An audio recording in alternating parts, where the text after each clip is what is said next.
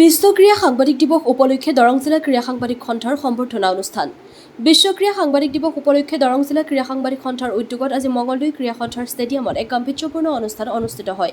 দৰং জিলা ক্ৰীড়া সাংবাদিক সংস্থাৰ সভাপতি আব্দুল খালিকৰ সভাপতিত্বত হোৱা সভাখনৰ আধ্যক্ষে সংস্থাৰ সম্পাদক গণেশ দত্তই এই অনুষ্ঠানত ক্ৰীড়া সংগঠক তথা বিশিষ্ট চিকিৎসক ডাঃ অমৰেন্দ্ৰ নাৰায়ণ দেৱে এই ক্ৰীড়া দিৱসৰ তাৎপৰ্য ব্যাখ্যা কৰে। অনুষ্ঠানত ক্ৰীড়া ক্ষেত্ৰলৈ বিশেষ অৱদান আগবঢ়োৱা দুগৰাকী বিশিষ্ট ব্যক্তিক সম্বৰ্ধনা জনোৱা হয়। এই উপলক্ষে ৰাষ্ট্ৰীয় পৰ্যায়ৰ কাবাডী খেলুৱৈ ভকপাৰাৰ শান্তিকুমাৰী বড়ো আৰু ক্ৰীড়া সংগঠক তথা প্ৰাক্তন সাংবাদিক মঙলদৈ বসন্ত কুমাৰ ডেকাক ফুলাম গামোচা স্মাৰক আৰু সম্বৰ্ধনা পত্ৰৰে সন্মানিত কৰা হয়। অনুষ্ঠানত উপস্থিত বক্তাসকলে ক্ৰীড়া সাংবাদিকসকলৰ ভূমিকা, ক্ৰীড়াৰ বিকাশত তেওঁলোকৰ অৱদান আৰু সমাজত ক্ৰীড়া সংস্কৃতি গঢ়ি তোলাৰ ক্ষেত্ৰত সাংবাদিকসকলৰ দায়িত্বৰ ওপৰত আলোকপাত কৰে। লগতে সম্বন্ধিত ব্যক্তিদ্বয় ক্ৰীড়া আৰু সমাজলৈ আগবঢ়োৱা অৱদানৰো উচ্চ প্ৰশংসা কৰে। অনুষ্ঠানত দৰং জিলা ক্ৰীড়া সাংবাদিক আৰু সামাজিক ক্ষেত্ৰৰ বহু বিশিষ্ট ব্যক্তি উপস্থিত থাকি বিশ্ব ক্ৰীড়া সাংবাদিক দিৱসৰ তাৎপৰ্য উদযাপন কৰে। মঙলদৈৰ পৰা মিৰ্জা ইৰফানৰ প্ৰতিবেদন AIN লাইভ। আজি বিশ্ব ক্ৰীড়া সাংবাদিক দিৱস।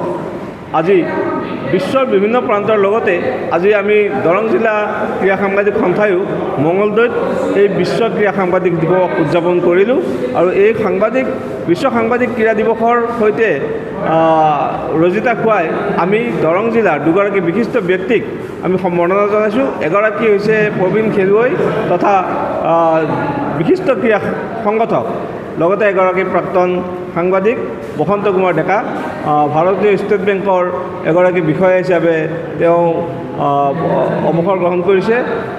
বসন্ত কুমাৰ ডেকা ডাঙৰীয়াক এগৰাকী ফুটবল খেলুৱৈ আছিলে, গলকিপাৰ আছিলে। তাৰ পৰৱৰ্তী সময়ত তেখেতে ক্ৰীড়া সংগঠন কৰিছে।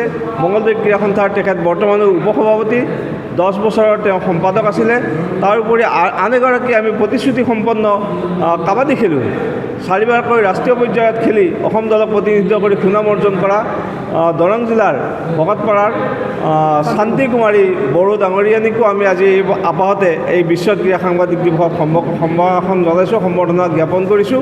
আৰু আমাৰ আজি অনুষ্ঠানটি অনুষ্ঠিত হৈছে মঙলদৈ ক্ৰীড়া সন্থাৰ এই পেভিলিয়নত আৰু খুব সুন্দৰ এক অনুষ্ঠান হৈছে। আজি যথেষ্ট সংখ্যক মানুহ আজি উপস্থিত হৈছিলে আৰু আমি আজি আপোনালোকে দেখিছে এই আজি বিশ্ব ক্ৰীড়া সাংবাদিক দিৱসৰ মূল থিমটো হৈছিলে বিল্ডিং ব্ৰিজ ব্ৰেকিং বেৰিয়াৰ্ছ। তাৰমানে কথাটো হৈছে বাধাৰ প্ৰাচীৰ ভাঙি সমন্বয়ৰ সেতু গঢ়া, আৰু এই সুন্দৰ বাৰ্তাটি লৈ আজি আমি এই সভাখন আজি অনুষ্ঠিত কৰিলোঁ আৰু সুন্দৰভাৱে আমি আশা ৰাখিছোঁ আগন্তুক দিনতো এনেদৰে আমি সকলোৰে সহযোগিতা লাভ কৰিম আৰু আমি দৰং জিলা ক্ৰীড়া সাংবাদিক সন্থাই আজি এই অনুষ্ঠানটি উদযাপন কৰিবলৈ পাই আমি নিশ্চয় আনন্দিত হৈছোঁ। দৰং জিলা ক্ৰীড়া সাংবাদিক সন্থা গঠন হোৱা আজি 12 বছৰ হ'ল। এই দৰং জিলা ক্ৰীড়া সাংবাদিক সন্থাই বিগত কেইবছৰত প্ৰবীণ খেলুৱৈ ক্ৰীড়া সংগঠকক যিদৰে সম্বৰ্ধনা দি থকা হৈছে, ঠিক তেনেদৰে নৱপ্ৰজন্মৰ খেলুৱৈসকলক আমি উৎসাহিত কৰি আহিছোঁ। তাৰ লগতে আমাৰ প্ৰবীণ ক্ৰীড়াবিদসকলৰ জন্মদিন আমি উদযাপন কৰোঁ। ইয়াৰ জৰিয়তে আমি এটাই বাৰ্তা দিব ওলাইছোঁ যে ক্ৰীড়াৰ লগত জড়িত থকা ব্যক্তিসকল আমাৰ নমস্য। তেওঁলোকক যদি সন্মান দিয়া যায় তেতিয়াহ'লে সেই সন্মান আমিও পোৱাৰ দৰে হয়।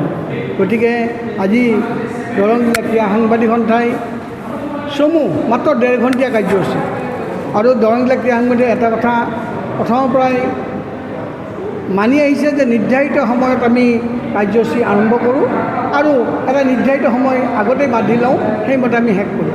আজিও আমি 4:30 বজাত অনুষ্ঠান আৰম্ভ কৰি আমি 1.5 ঘণ্টাৰ পিছতেই 6 বজাতেই অনুষ্ঠানটো আমি শেষ কৰিলোঁ।